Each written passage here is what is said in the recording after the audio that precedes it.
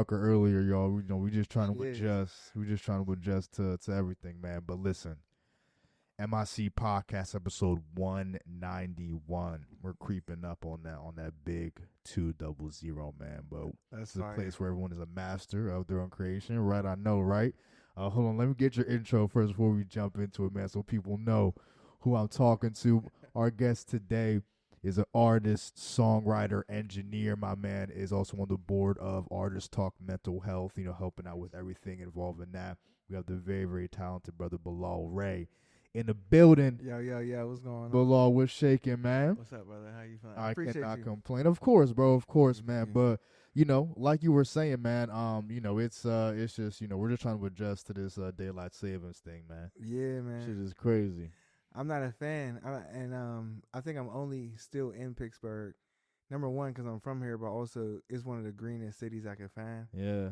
Unfortunately, a lot of the cities that are popular don't have the greenery, man. Just I'm inside of a building that's inside of a building. Yeah, right. Yeah, one of those Russian doll situations. Yeah, I don't fuck with that, man. No, I mean, I've always said like some of like the nicer days in Pittsburgh can go pound for pound with any of like the top cities. A good summer day in Pittsburgh as far as up atmosphere, there, like it's up there, bro. Definitely hold this weight. Like I just said, you were you are on the board for Artist Talk Mental Health, and that's where I initially first just even met you. Was able to chop it up a little bit, and you were at our graduation, but after that, like I just randomly bumped into you at that little pop up in Southside, bro. And we were just chopping up there, man. And like you were just pretty much getting into where your head is at,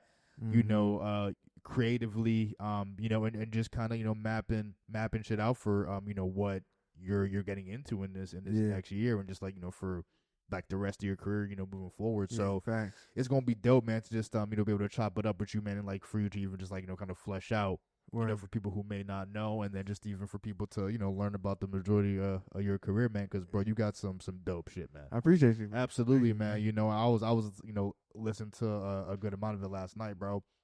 And like at one point, I do want to chat about the song you sent me. I don't know, like that's something like okay, cool. All right, now we can go through the journey, but nigga, that shit is hard. I appreciate you. No, for just lack of anything better to say. Thank you. That shit is crazy, bro. So I definitely would love to get your perspective on that.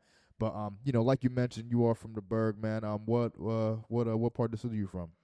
I'm from Garfield. I'm from the east side. I grew up on the east side. Man, whenever I'm out of town and people ask me where I'm from, I say Pittsburgh in general, mainly because I think that there's a ness to Pittsburgh that hasn't been spreaded around enough. It's like a ness? A ness, and you know what I mean, like a Pittsburgh ness. Like there's an essence of the burg that there's a ness. Yeah, like I don't feel like when I'm out of town, right? I don't feel like Pittsburgh has enough recognition to slice it up to people who ain't been here. Like a presence like outside the city. Like if you ask somebody from LA where they from, they might say Compton. Yeah. You already know where Compton is. Yeah. You don't need to understand that. You don't have to say like there's enough Compton? People from Compton that have waved that Compton flag for you to like at least get a sense of and there's many neighborhoods. Niggas can say they from Inglewood. Niggas can say they from anywhere, You just have like enough flag bearers from those places, yeah, right? Exactly. And I'm from Garfield. I'm from the east side. East side to me is the best side of the burg. And of course, I'm biased, but however, Bilal said that I ain't say no. No, but look, the east side is the best side of the burg. The east side is the best side of the burg because even though we call it the east side, it's truly central to the city. Yeah. Directly up the street from downtown. Yeah, you take one street out of downtown, you ride right through the. I mean, bro, not for nothing. Like when I first moved to Pittsburgh, I lived in East Liberty. That that was the first, that was the place I first, so I think that's a good place. It was the new East Liberty. You feel me? Yeah, it was what they try to call it East Side. Yeah, the Starbucks East Side. You feel me? But just not for nothing. It was the first place I did get settled in. When I did move out here. Okay. Yeah, man. I grew up on the East, but I lived in a lot of different places though.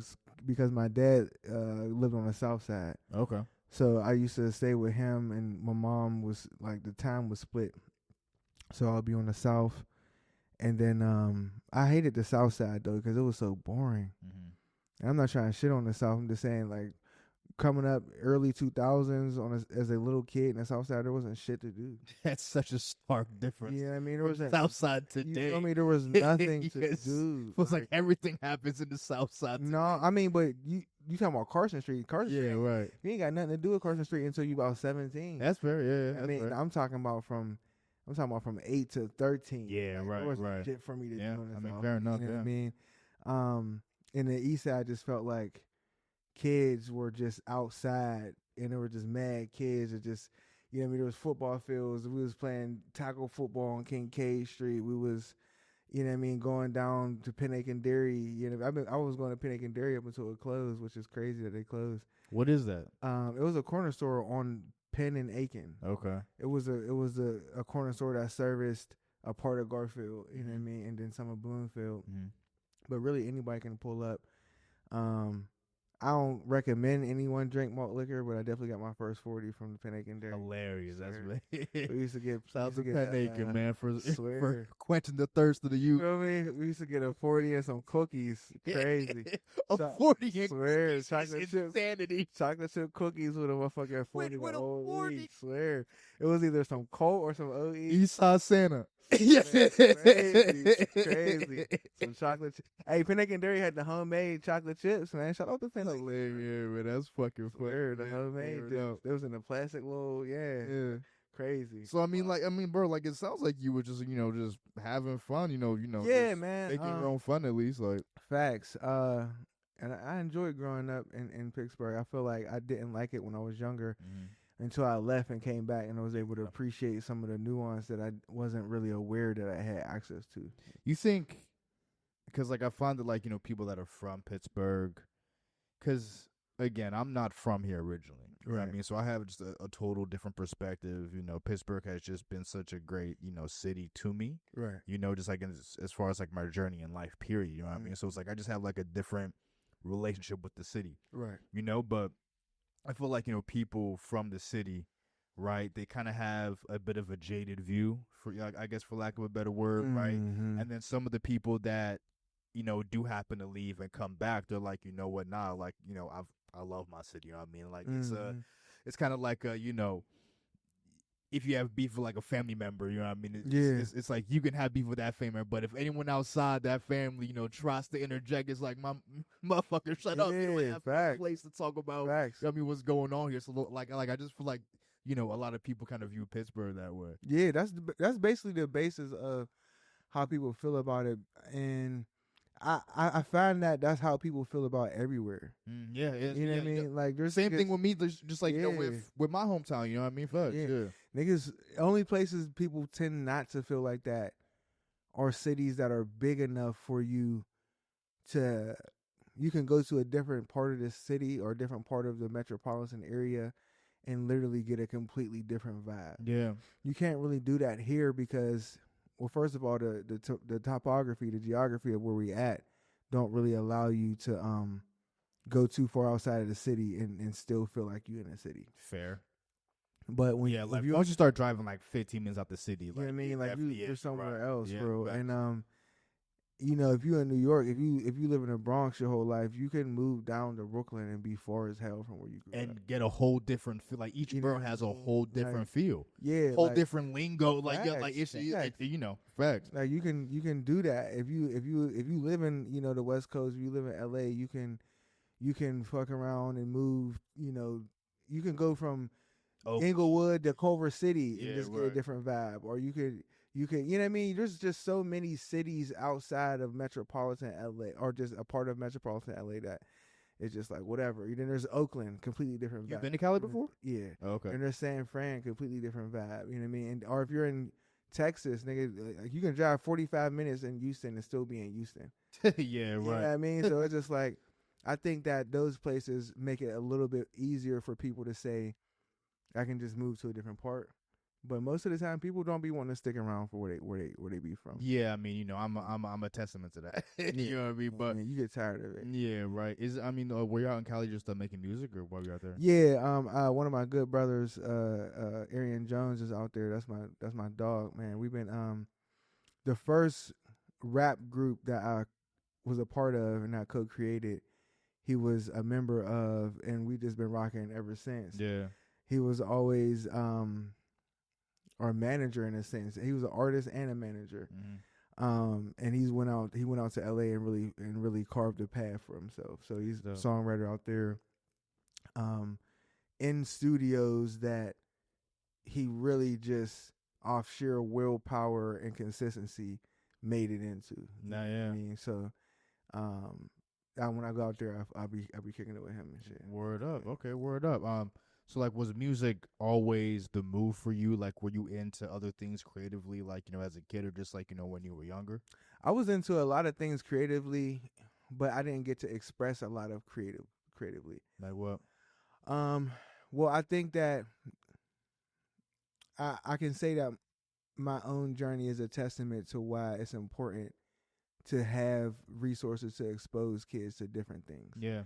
If I had better exposure, I would have been a producer way earlier in life. Okay. I would have probably been a manga artist way earlier in life. Oh, okay, word. But I didn't have exposure to like actually do those things. Outlets, yeah. Right. Facts, so even though I wanted to and I was interested and I knew I had the potential to really do it, sometimes when you don't have, and that's not really an excuse, but as a kid, if you don't have the avenue to even practice or try something, kind of dies, bro. Yeah. I mean, facts. But music was easier to expand upon because you could write songs, you can rap, yeah, you could freestyle, yeah. You didn't necessarily like us need like an institution or just like any like structure or like formal place to go to do music. Right. Like, you just kind of do it. Facts. But I ended up getting one though when I was like 14. Okay. There was and there still is a studio. Now it's called the Best Buy Computer Clubhouse over in East Lib. It's always been in East Lib. It had 3 different locations in East Lib, but it's it was 3 different locations.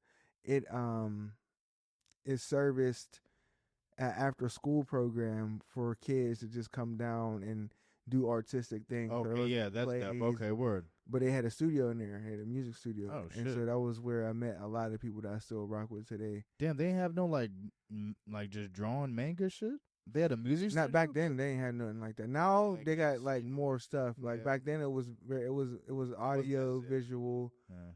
And like that was really, you know what I mean? Like just like the genre like wasn't as big.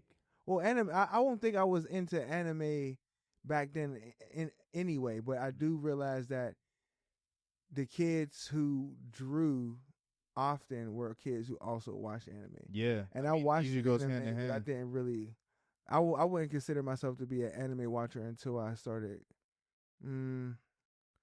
I feel like I started really watching anime consistently when I was like 18, bro. Okay, yeah. All right, yeah. But like a lot of people started like way earlier. You know what I mean? Yeah, bro. I mean, any viewer of the pod knows, man. I mean, I have a deep love for anime. Yeah. And like you said, like I've been watching since I was probably like beginning of middle school. What is that, like 12, 11? Bro. Yeah. That's right. Like it was just like one of like the first things. I was just like, yo, what? It was that and wrestling. Okay, yeah. It was just like, was big. It was just like, yo, it just captivated me. Yeah, I'm just like, wrestling and anime are they go hand in hand. Yeah, you know what I mean? yeah. And like, it's the storyline and the fight. Nerd fandoms that just feed off each other. Facts, you know what I mean? Like, if you're a fan of one, you're most likely a fan of the other. Yeah, or vice versa. Yeah. I mean, they got a lot of wrestling nuance in anime, bro. 100%, and bro, vice versa. Yeah. A lot of anime, tropes in wrestling. You know what I mean? So, yeah. But again, I'm not trying to nerd out because I know the viewers are like this. It's like I have to hold myself back from talking about anime. It's like a zombie. I mean, shit. Yeah, whatever you like, it's what you like. You feel me? But no, I mean, like I feel you as far as like just it just makes sense how like they have the institution for like the. At least in your after school program for like the music, and just because again, like, when you're that age, it's like you said, like, there's no excuse, but like at the same time, it's like when you're that age, like you kind of just do what your parents let you do, Right. or just like you just like kind of do like like the or find fun or activities like the places like they let you go. You feel me? So it's like for schools to like have after school just clubs or just like programs like that was huge. You know what I mean? Because like people can learn that like oh, like I like this, or like oh, like this kind of interests me, like what's that about, and just like a real organic type of way. Facts, facts. Yeah, that's fire. Yeah. Yeah, my mom, I didn't tell her that I wanted to do music, but when she did found out, she was like, "Why ain't you been telling me that I could have did it?" I was like, "Damn, maybe I should have just said something." When did you first start forming a relationship with music? Would you say? I started rapping. I wrote my first rap in like the 5th grade or something. Okay, okay, we're so early. Yeah, and then What kind of inspired you? Like was there like a piece? at that time I was trying to impress a girl for as all great things begin. Yeah, swear I was trying to impress this girl. And, Yeah, right. But then I ended up really liking rapping, and then after that it kind of like was on the like not at the forefront, kind of on the back burner front. But I was a avid music listener. Yeah. And I wasn't like a person that listened to all different things. I listened to maybe four or five different things. I was listening to R&B, old school. I was listening to neo soul. Yeah. I was listening to old school rap or rappers that kind of fell in line with the boom bap shit. Yeah. And I was listening to crunk music. Like Okay. that was like all I was listening to. So it was literally Earth, Wind and Fire, Poor Righteous Teachers, KRS-One, Lil Jon and Eastside Boys, and Usher. It's a respectable shuffle like that, though. Yeah, I mean, but like and then some R&B, like some Erica, some. That's a respectable shuffle though. Yeah. You hit shuffle on that, you won't be mad. Yeah. Like, that comes on. That was my diet, and so I started writing raps again when I got into high school. Okay. Started linking up with somebody I went to high school with. His rap name was Lyric. We call him LY, and he was singing. He was doing like his T-Pain type shit, and I was doing the verses. So it was just like a bunch of like T-Pain Plies type shit. Like it was a bunch of those. And we would do those and just let the people in high school hear them, and it was fucking. What's up now, baby? Yeah. You know what I mean? Type shit. And we were just like, all right, this is fire. Yeah, that's what it is. And then after that, I found the studio. You know what I mean? Then we just took it a little bit more serious. Whose studio was it? The one it was called the Three Rivers Clubhouse at the time. It was an after school program. So shit, okay. It was connected to an alternative school, like for you to get your credits and graduate on type shit. Even though I didn't go to the alternative school, one of my homies told me about the studio and shit. And he was like, yo, come to the studio. Went down there. They made me freestyle. This is when you were in high school? Yeah, it was like 10th grade. Made me freestyle to see if I was good enough to actually record. And then after God damn. Yeah, it was like competitive. It wasn't. I respect it. It was my old head. My old head, his name is, we call him Big A. His name is Aaron. He ran the studio. He ran really the after school program, which was a part of the studio. And he was just like, yo, like he was one of them real upfront type people. You know what I mean, he was just like, yo, you want to get in the studio? Let me hear something right now. And you had to do something. And just like, oh, all right. You remember what you spit or? Hell no, because I don't never like I'm one of them people. I never remember my lyrics. Like I have to work hard to remember my lyrics because when I make stuff, it's just so in the moment. It's so. Yeah, from the heart, from the, you know what I mean? And I don't really make it's like what you're feeling in the moment. Yeah, and sometimes, and honestly, I don't always make stuff to perform. And I think that, to me, maybe it's a memory thing. Maybe it's just how I think about music. But I have to rehearse my music to remember it. Yeah. Like, if somebody asks me, like, what's your favorite verse that you ever wrote? Like, I don't fucking know. Like, yeah, right. I don't remember my verses. I know that sounds crazy, but, like, I make my music. Oh, well. I make my music from the heart, and I record it. I love it. I listen to it. I mix it. I put it out, and then I don't try to remember it. I always say, like, music is just like, it's just tangible emotion, man. It is. You know, like it's just like songs can just come out because that's how you feel, and once that is out, it's like, all right, I don't necessarily need to feel that way anymore or revisit it. Right. It's just I just need it, and it's nuts how that's how it just comes out, and it's just like. that's crazy. And then like, obviously other people relate to it, and like Right. it happened, and it resonates where it resonates. But just the process of like kind of going through something, you feel something, and then for that to just come out as music is just and will never cease to fucking amaze me. It's just fucking Yeah, dope. bro. That's what makes it amazing. Yeah, man. And honestly, I never even until my adult years, I didn't really think about myself as an entertainer. People are like, oh, I make music, I'm an entertainer. Like, I didn't equate making music to being an entertainer. Yeah. To me, making music, like when I listen to, So like if you think about making music like that, you've already lost, look. I mean, when some people, they run up the bag, they do whatever they want to do. But for me, when I listen to music, I listen to music because of its ability to put my energy in a particular place. Yeah. I listen to music with the intention of it energetically affecting me. Mm-hmm. So when I listen to Erykah Badu, I'm listening to her for a particular outcome. Right. When I listen to crunk music, like when I throw on Future, I'm either in the gym. I don't really listen to a lot. I don't listen to anything in the gym these days. But I was either in the gym or I was on my way out. Like I'm on my way out. I'm outside. Yeah. Right. Yeah. Facts. Yeah. I wasn't listening to Future when I was just like chilling at the crib or some Right. shit. When I'm chilling at the crib, if I play something when I'm cleaning or something, then it was really some R&B, bro. It's like No, yeah, facts. like for Clean me, your crib to hard rap lyrics. but some people do though. But Nah, some people that's just where they're at their all the crib don't time. be clean though. That's where that's where they at all the time. Facts. Yeah. But like for me, it's an energetic pool of music, and that's what made me want to make music.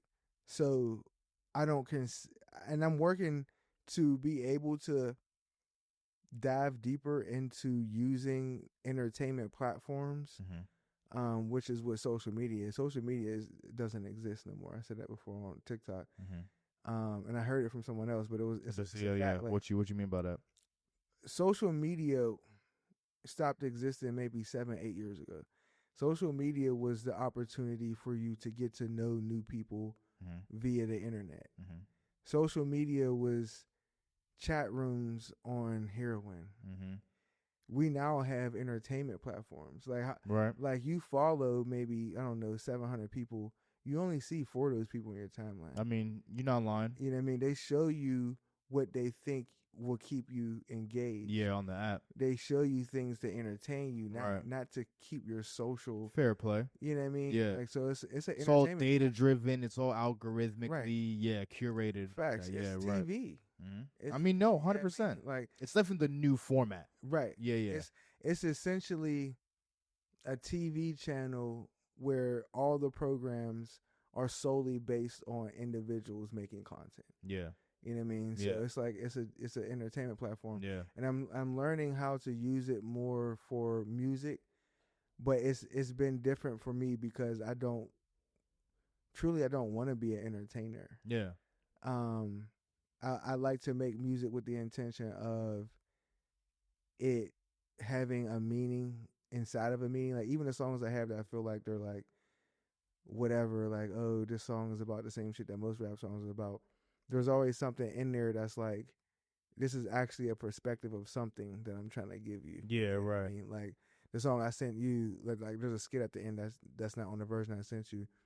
That is about it's just about people trying to run away from their problems to a new place. You know what I mean? It's like, oh, I'm excited to pop up at this new place. You know what I mean? Like, but it's like, nigga, you really running away from your problems, not realizing that this place got more problems for you. Yeah. You know what I mean? The grass ain't always greener. Right, and that's what this skit is like. The grass is greener, but the water bill higher too. So it's like, you know what I mean? So it's That's like, good. niggas, I like that. Yeah. it's like niggas is trying to run away to all this shit, and you don't realize everybody out here hustle their ass off. Everybody out here got 3-4 jobs. Water bill's higher. You know what I mean? Facts. And everybody out here got roommates. Yeah. You know what I mean? So it's just like, yeah, you're not really running away from shit. You run into some shit that requires a higher level of discipline. Yeah. So fair play, man. Yeah. I mean, bro, you've been at this thing, at least like actively releasing music since 2013. Yeah. I mean, bro, that's over, a decade in the game. That's definitely more facts. than That's a lot of crazy. people can fucking say. But I mean, like, Yeah, what that's was crazy. life looking like for you, like when you actually decided to, like, start or, like, pursue a music career? I was in H&T, or our music group was called H&T. It was called Heroes and Terrorists, which is like a hard name to sell, bro. Hard name to sell, bro. Cause don't nobody want to put some fucking terrorists on the stage, nigga. Yeah. Like, what was we doing? Ambitious name, right? Yeah. H&T, man, Heroes and Hard name Terrorists, to man. sell. It's like, yeah. But Yeah, that's we funny. did Heroes and Terrorists because we tried to change it too, but it just didn't work. We did Heroes and Terrorists. Everything else was like, taken. You no, because like, what does the H? H&T mean? Like, but Heroes and Terrorists because either or is based upon their perspective. I mean, you can see that in American comic books. Like, you can take Batman for example. Oh, man, I love comics. You know what I mean? Like Batman, depending on who you looking at, is he a hero or is he a piece of shit? Is he fucking nut job? Like, who is fucking this? one of one of the most prolific comic book storylines ever. I mean, like, you're hip to the Killing Joke. The what now? The Killing Joke. The Killing Joke. Yeah, it's just it's a Batman story. It's like the Batman that laughs type shit. No. Okay. That's different. But like the Killing Joke is kind of like an old school, but like super prolific Batman story. Okay. It's a one-off story. So like it just like a one issue thing, but it's pretty much for if you want to fast forward to this part, you can. But long story short, the Joker is pretty much doing everything he can to just be just the sickest person on earth. He's doing things to Jim Gordon. He shot and paralyzed Jim Gordon's daughter Barbara. Okay. And we're just wilding the entire story. Yeah.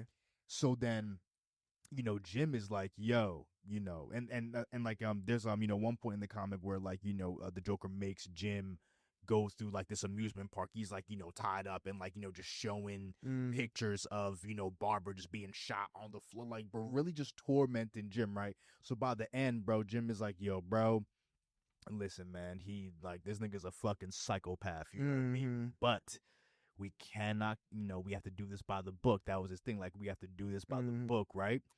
So then Batman is just like, yo, bro, I'ma just plead with you one more time, dude. Like, I am trying with you, bro. Like, you are just a crazy motherfucker for no reason.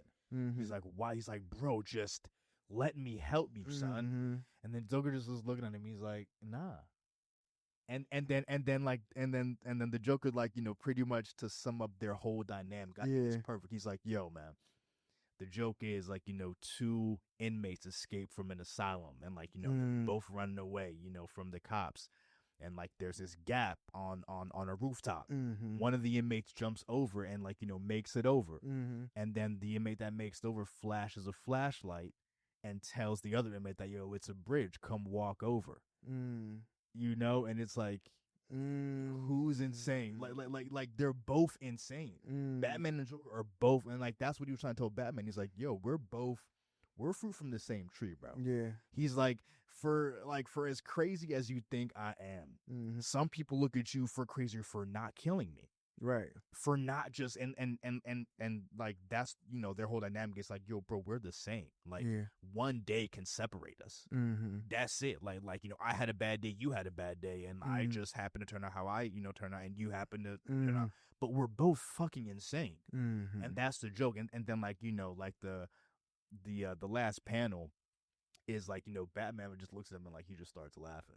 And then like you just kind of see like, so like there's a movie rendition, like in the movie his hands are like on his shoulders and like Batman is just laughing, and then the camera just slowly pans up and like they're both laughing, and then the Joker just stops, like it just goes silent. So it's like, what happened type shit. Did he, did he do it or did he, you feel me? But I still have to say, from what you said, the heroes and the terrorists, it's just like, it was two sides of the same coin. And that was the vision, was kind of be to really just bring light to the fact that, there's no right answer about who you are. Boom. You know what I mean? It's about what you protect, Exactly. Like, protecting your family can make you a threat to someone else.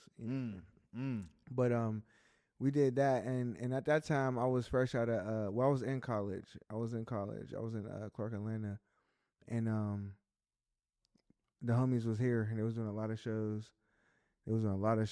And when I came back, we did some dope shit. We opened up for Kevin Gates. That's fucking crazy. Damn. And then the next day, where was that at? It was at Altar Board, the Strip.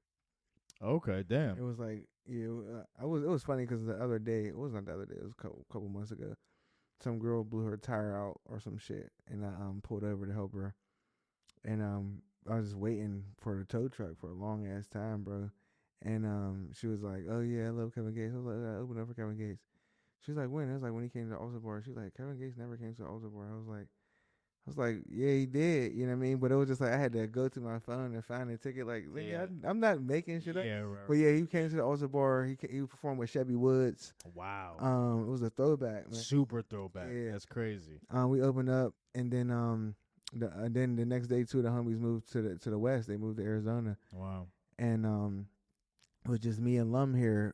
Me and Lum is who I do a podcast with. The Lum and Law show. The Lum and Law show. Yeah, I was trying to bring you some beer, but the brewery been closed for a couple of days. No worries, man. Next time. Yeah, I got you for sure. But we changed the direction of the group to call the name of it. We changed it to Tribe Eternal. Okay. And we were going by that for a while. We had added a singer.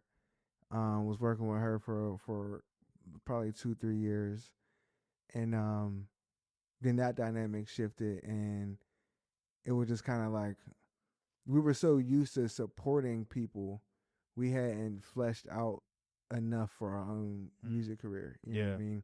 What year was this? Like how long was this after you decided to start? So it really started when the year before we owned a lounge in Shady Side called Flow Lounge. Oh shit.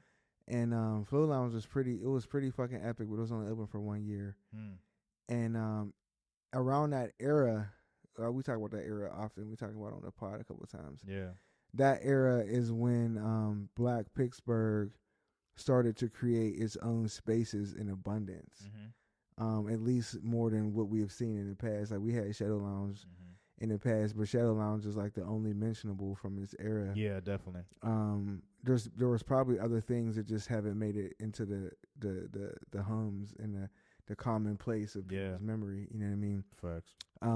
But at that time, it was Boom Concepts was a tangible space where niggas shout out to Boom. Yeah, niggas was partying in Boom, doing all type of shit in Boom, art exhibits, all type of things. And then Flow Lounge opened up right after Fred, Fu, and the family, so all the people he was fucking with. They did a major poetry series at the Kelly Strayhorn called Canvas of Words. It was like 3 shows. It was the only time I've ever seen a Kelly Strayhorn theater packed. I ain't gonna lie to you. Damn. Like it was so packed, niggas was standing up type shit. Damn. And then like 6 months to like a year after that, we opened up Flow Lounge. And we had our own event series, a bunch of them actually, but the most popular one was Writings on the Wall. And then that one was cracking. But we couldn't keep the space, so that kind of just like we just lost all of that. But every single Black thing in Pittsburgh that has fallen for similar reasons, which is because we don't own our spaces, you know what I mean? Yeah. And when you don't own the space, at some point the owners, they don't give a fuck about the synergy that you're creating there. Yeah, right, at all. They care about the development that's coming and like bottom lines. Yeah, like is this place making money? Yeah, they're not. You know what I mean? They're not. They don't see no vision for your. They're not even part of the community in the first place to see a vision. Yeah, exactly. You know what I mean? So but life was cool. Like when I came back, I jumped into teaching, and I was a teacher. I was just. I was making money for the first time. Like I felt like life was good. Yeah. But it was also just kind of chaotic because we was doing a bunch of shit and didn't know what the fuck we was doing. Yeah, facts. Yeah. Yeah. No, man. I mean, I feel that, it makes sense. Like, like I feel like not a lot, but like music is just something like you just kind of have to make the leap. Yeah. Like there's never really like a perfect entry point. Right. Like you're just like, all right, fuck it, I'm just gonna do this. Yeah. That's just what it is. Yeah, facts.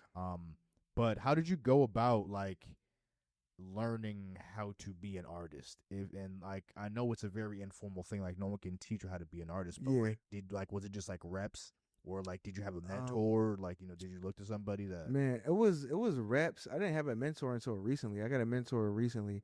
My mentor now is Mickey Shiloh. She's the CEO of Hard Drive, which is an artist resource hub that really allows artists to connect to beat makers, Oh mixers. yeah, you were showing me that like the day that we Yeah, bumped into each other. Okay, word. Yeah, yeah. yeah. I mean that shit looks dope. It's fire, bro. And you can do you can there's a lot of opportunities to pitch your songs to sync licensing and to pitch your songs to artists that are actually looking for songs. You know what I mean?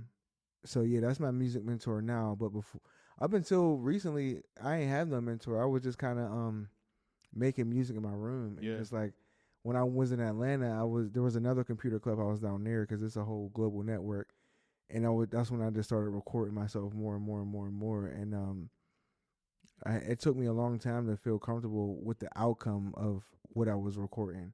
Like I feel like even to this day I'm still trying to get a better mix most of the time, but I feel like I'm the best I've been. So I'm more comfortable with putting shit out now. But I just wasn't paying for for mixing because it priced me out, bro. Like people be like, "Oh yeah, you gotta get an audio engineer to mix your shit. You gotta get an audio engineer to mix your shit."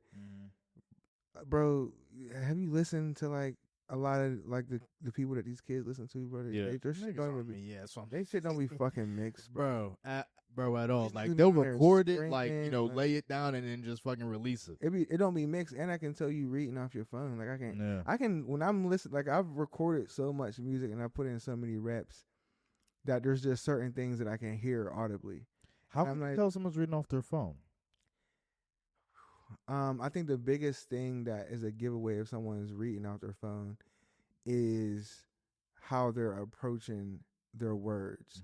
Like, and I'm a teacher, so I know that sounds like to read out loud. Okay. You know what I mean? So it's just kind of like I can tell, and that's why when I record my music, I'll write it or like I'll write it while I'm listening to it and all that other shit. But like when I start actually recording the song, I'm not reading off of anything. Like I'm just because when a person is reading, it sounds like they're not committing all their emotion to performing the vocal. Right. They're committing part of it to like reading, Sure. Yeah. Right. Yeah. and part of it to just getting it out. Exactly. You know what I mean? Right. They're not really committing their emotion to the vocal. Right. You know what I mean? And people who can read and commit their emotion to the vocal can do that because they did so many reps. Exactly. And they probably got coached. Somebody probably told them like, "Nigga, that's flat." Yeah. Or you sound like it's lifeless. Or Yeah. Right. you need more energy. You know what I mean? So they got to a point to where they can just Kind of do tweak that. it. You Yeah. know what I mean? Yeah, right. But if you're under those reps, like you don't got someone to. I can hear it. I can hear it. But it don't matter these days. Yeah. Like, No. especially what type of music. If you're making drill music, you can read off your phone. You Yeah. want. Facts. But even still, people who don't stand out. Like, I don't know if King Von read off his phone, but it didn't sound like it. And he stood out. The energy of how he recorded stood out versus any other Joe Smo that's rapping drill music. You know what I mean? Just like people who do shit at a higher level will always stand out. Yeah. You know what I mean? Facts. Yeah. Facts. So yeah, man, that was really like most of that early journey. Just really reps. Just raps, like, I mean, just Saying like I figured, like every yeah, day, and bro. it's just like there's no one to really teach you how to be an artist. To be an artist, though, yeah, to be an artist is really just to mean to be your authentic self, Right. which is still a difficult thing to do because you got to figure out who you are first, and then be comfortable. That's a life journey. Yeah, Yeah. I'm learning how to be. I'm learning how to be intentionally seen. I'm still finding my way when it comes to like my artistry because I think that I overthink about what I want to present sometimes. Yeah.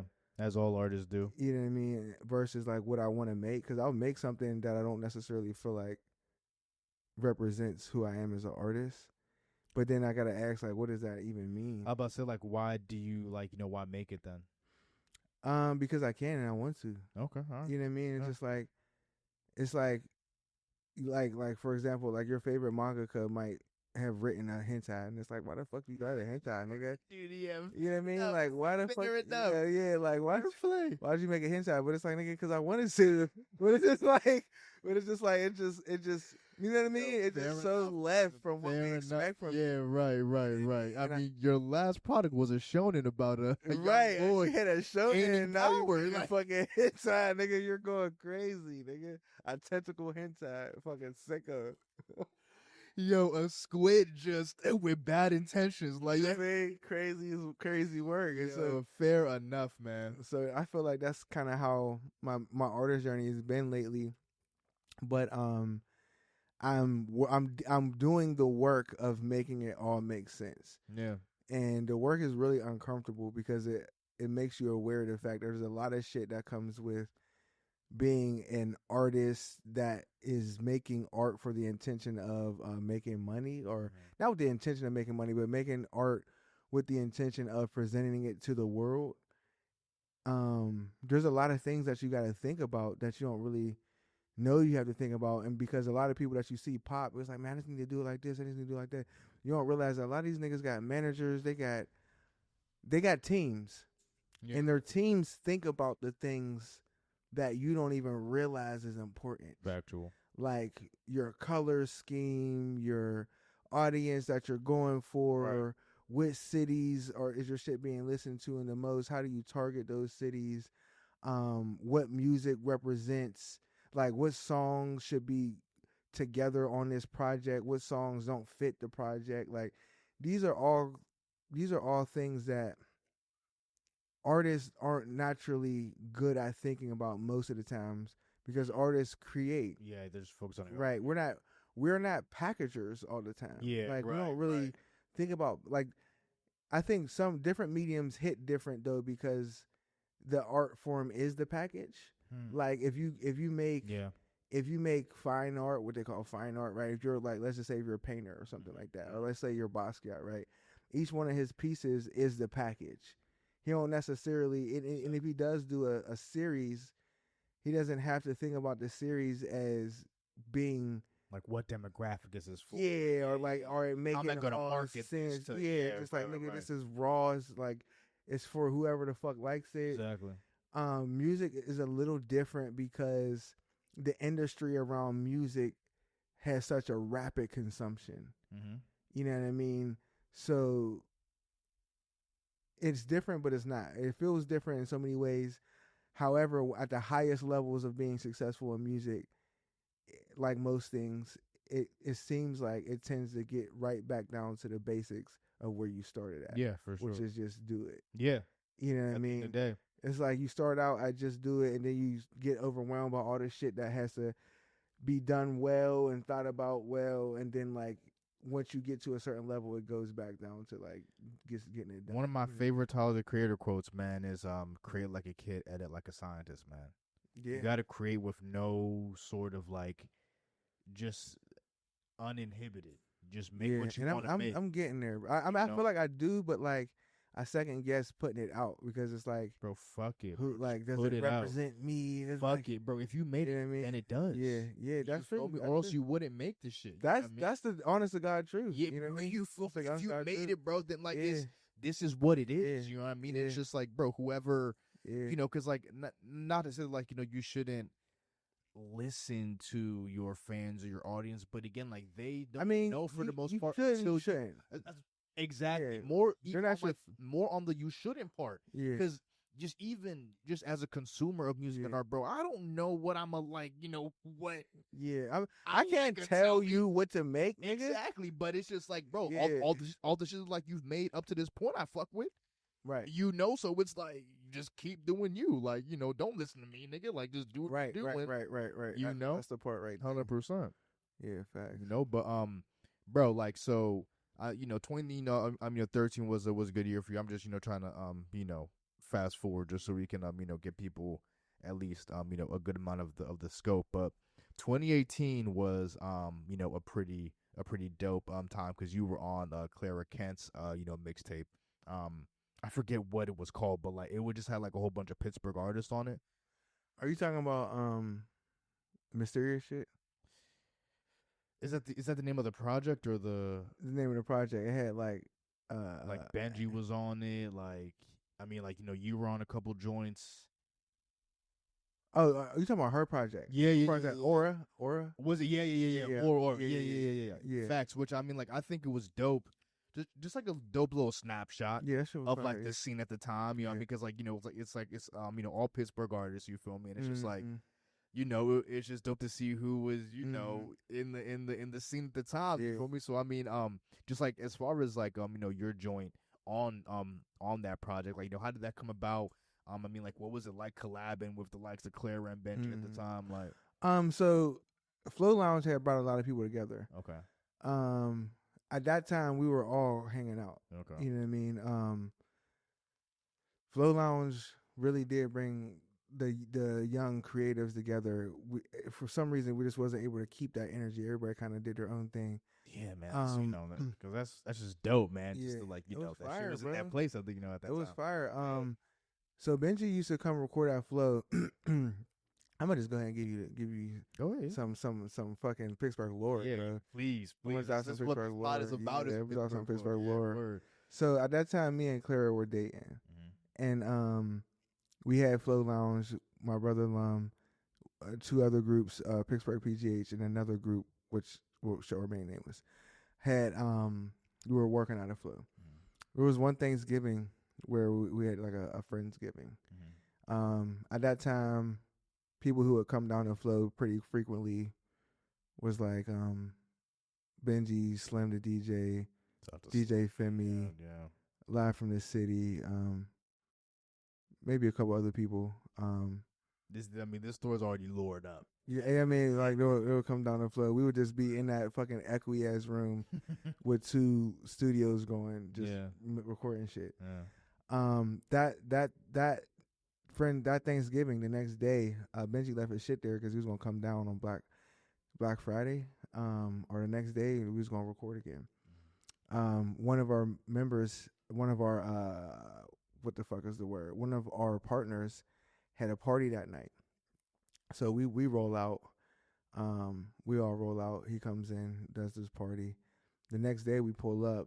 We go up to the spot where we stash our shit at, and the spot where we stash our shit at is like, bro, in order for you to get to this spot, you have to know the lay of the land. Yeah, because the back steps in which we used to use as storage had no lights. Okay.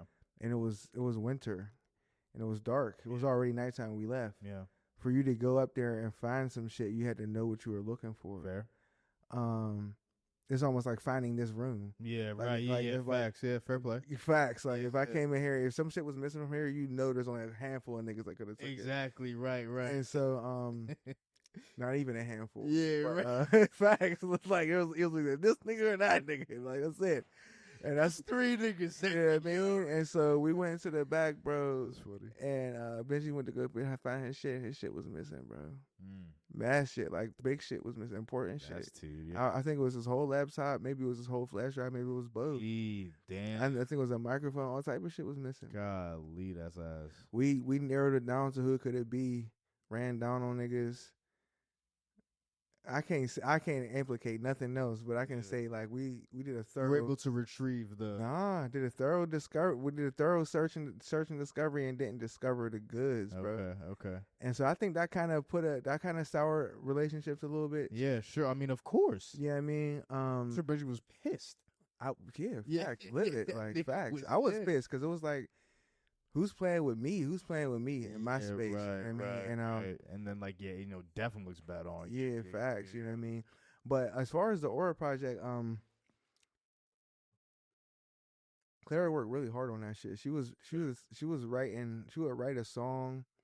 She would write songs and sing them over and over again for like a half a year or a year before she recorded them because she wanted to be so perfect. And she recorded a lot of that using the studio that I had kind of put together, the little home studio, and I got to mix most of that. I still wish I could have mixed better at that time, but it was the best I could do at that time. Was that your first time mixing, or like? It wasn't my first time mixing, but I've since discovered how I used to think equipment was the most important thing when it comes to mixing. Equipment is important. Equipment is very important. However, the space in which you mix in is the top of the important ladder or an umbrella. Like the space in which you're mixing in and whether the room is treated is more important than the speakers you're listening on. Yeah. Um, and I found a way to offset that recently, which I'm super excited about. But um, I was mixing in a space that just wasn't treated right, like, Mm. and my speakers, I just wasn't. I just had the right setup, bro. Because when you, I liken it to this. I was talking to a friend who does fashion, and I was telling her, if you're sewing something, imagine that you have to sew something and you're doing it with like foggy glasses covered with bullshit or just dirty as fuck. You can't really see. Yeah. And then when you get done sewing it, you take the glasses off and check it. You're like, that's the car test, that's the phone test, that's the whatever test for your music. You don't like it when you go back into the lab to try to fix it, but you gotta put the fucking weak ass glasses back on. Hmm. That's what it's like mixing in an untreated room. Okay. And so I just didn't have the wherewithal to kind of like, not to say the project's missed terribly because it's not, Yeah. but like But just factor from that me, in. yeah, from my perspective of like what I wish I could have did. But yeah, that was a dope process. That was a dope process. We're, like that was when she was performing a lot, so we were just Yeah. we were supplementing. We were doing all the support things, all the organizing how people got to rehearsal, picking people up, buying equipment, doing this, doing that, and so we really became like support role for a Yeah. couple years. Um, and then after the support role kind of shifted, then it was like, all right, well, what do I want to do as an artist? Because I just spent the last 2-3 years making music that I didn't really feel like was myself because I was making music with people Mm-hmm. all the time. And I feel like my natural sound of what I want to create, I wasn't able to expand upon it. And that's when I started to go into producing. Okay. And I walked away from producing a little bit, um, not intentionally at all. I can't even really tell you how I happened, but I'm coming back because I realized that I think what I'm missing is making my own shit from the ground up. And I know that takes even more work and even more discipline and even more whatever. But when I'm making my shit from the ground up is when I'm the least self conscious about what it sounds like. Okay. You know what I mean? Yeah. Because it's just like, I don't know, something about it just feels more authentic. You know what I mean? Of course, because you're just making everything. Sure. Yeah. Definitely. Yeah, and so that was a good time. Then after that, after her joint, we did a joint with NASA called Mysterious Shit. Um, but we were using DistroKid, so it didn't let us label all the artists appropriately. Oh damn. So it says Clara, NASA, and Tribe Eternal. So me and Lum kind of got the short straw because all the streams and everything that came from that, which was like 30,000, 40,000, within the first 2-3 weeks. Oh shit. None of it was rerouted back to our music pages because Tribe Eternal was just like its own thing, and that it was its own project. Yeah. Right. So we kind of missed out on that, and I think that was the last thing for me that made me realize like I don't want to play this support role anymore. Yeah. I mean, fair play. I just feel like my artistry was just becoming like Just kind of lost in the mix. lost. Yeah, just Yeah. lost. Yeah. Facts. Yeah. I mean, no. I mean, like it's respectable, and like I think any true artist would feel the same way. Mm. So I get it, man. But fast forward to 2021, man, that was like kind of like a big year for you, music wise. Like you were just kind of dropping, Yeah. dropping project, dropping songs, singles, and all that stuff. Yeah, what I dropped You Mellowhead. dropped Mellowhead, bro. So I just kind of wanted to pick your brain as far as like how did that project come about? Like what was the process? Like what was the approach for you at that time? So shout out to Urel Tifson, man. He produced everything on Mellowhead. What's his name? Urel Tifson. Okay, word. Yeah. Is he from Pittsburgh or? Yeah, from Pittsburgh. Word. And for him, the sound that he produces, to him, that's what Pittsburgh sounds like. Word. Because he looks at Pittsburgh as like a place that's like a little cloudy, a little gloomy, kind of slow. You know what I mean? But it has its own flavor. Yeah. I mean, that's kind of I'd agree. Yeah. You know what I mean? My process for that, man, was trying to figure out what I sound like. Trying to figure out what was my sound. You know what I mean? Because up until that point, me and Lum have fallen victim to being good artists over available beats. And I'm still kind of in that space, but like being a good artist over available beats stops you from being able to be your deepest self. You know what I Okay. mean? Like when I think about all the people who have careers or who make music in hip hop that deeply inspires me from a complete creative standpoint, not just the music. Most of them are producers. You know what I mean? Like when you think about how Tyler Creator's career, I think Exploded. Really. exploded Yeah. when he's just committed to making more of his Fair own play. shit. Fair You know play. what I mean? Mm-hmm. J. Cole, same thing. Like not that he makes all his own shit, but he can get in the studio with T Minus, but as a producer, he's co-producing everything. Yeah. And even if he's not He has co-producing it, eyes on it. He has. yeah, like you know what I mean. He's overseeing. Facts. Yeah. Like The process. when I was going to Clark, Atlanta, and my mom would drive me down to Atlanta, we would go to Birmingham and to meet my cousin. He would drive us, the next 2 hours. But we would drive down there listening to all the early, like the first 3 Kanye tapes, bro. Yeah. Yeah, I mean albums. Like Big Crit, one of my favorites. Yeah. Like Big Crit to me is probably the most underrated rapper of his era. I agree. Like for him to be Of producing his like and peers in like class and all bro, that. Yeah. Facts. his shit is 100%. amazing. Yeah. It feels like soulful rap. Well, yeah. That's I hard agree. to do. I You know agree. what I mean? And I mean, just like being a producer rapper to me is, for me, it's a part of my journey because, and not even just a rapper, but a producer artist, because making the music can't start and stop with writing the lyrics. Mm-hmm. And for some people it will, and that's okay. But like even when you go back to the older generations, when you think about Karis One, when you think about Rakim, when you think about CL Smooth, like they all had DJs. Mm-hmm. You know what I mean? It was Pete Rock, CL Smooth. It was Scott LaRock and Karis One. It was Rakim and how the fuck I forget his DJ's name? Eric B. Mm-hmm. And people had the 1-2, Yeah. the Right. 1-2 punch. Right. Even up to Aaliyah. Aaliyah had Missy and had Timberland. Yeah. I mean, the 1-2 punch wasn't for nothing. Yeah. You know what I mean? The DJ, One hand feeds the other. you know what I mean? Yeah, The facts. DJ became the DJ and the producer. Yeah.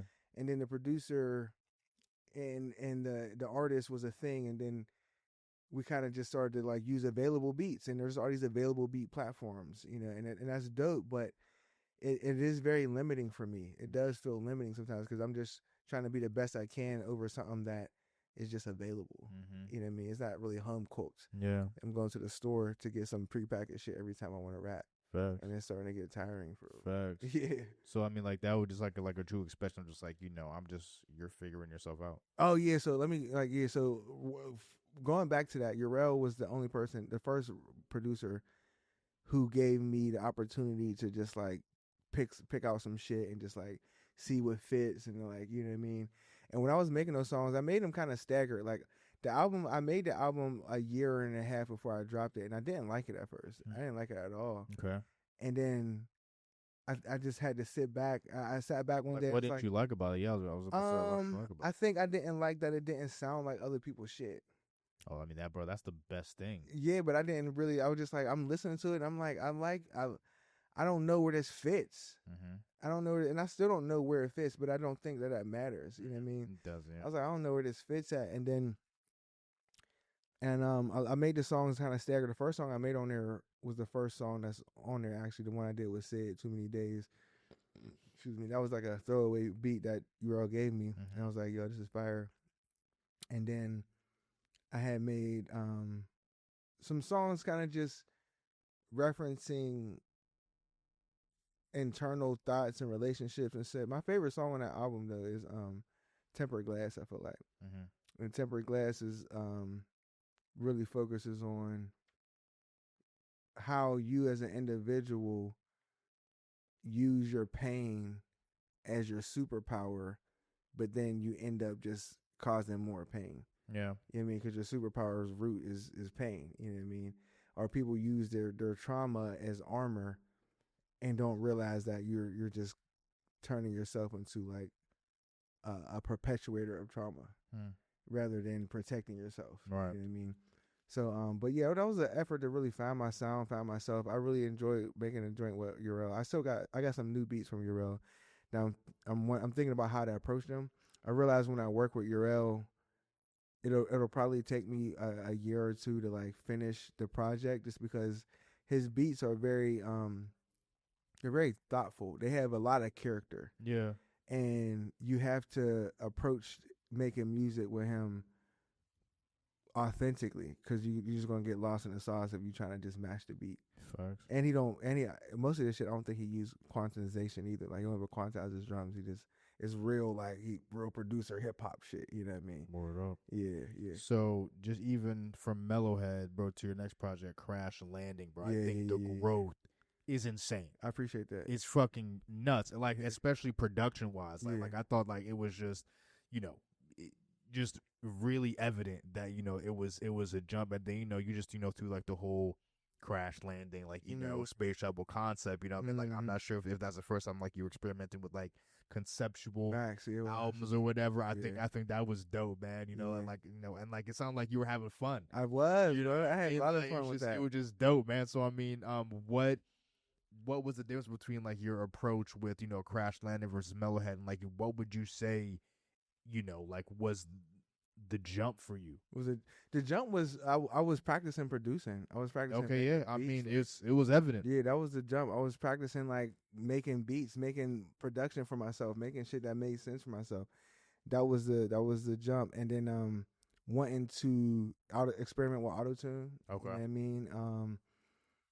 I was really in my era of realizing like that making that made me realize what Kanye went through with 808s and Heartbreak, where it was just like conceptually like I'm going through some shit, but I'm also finding a new sound. Yeah. And so that was that experiment for me, and it was like I really enjoyed that. That's what made me realize like I need to go back to that.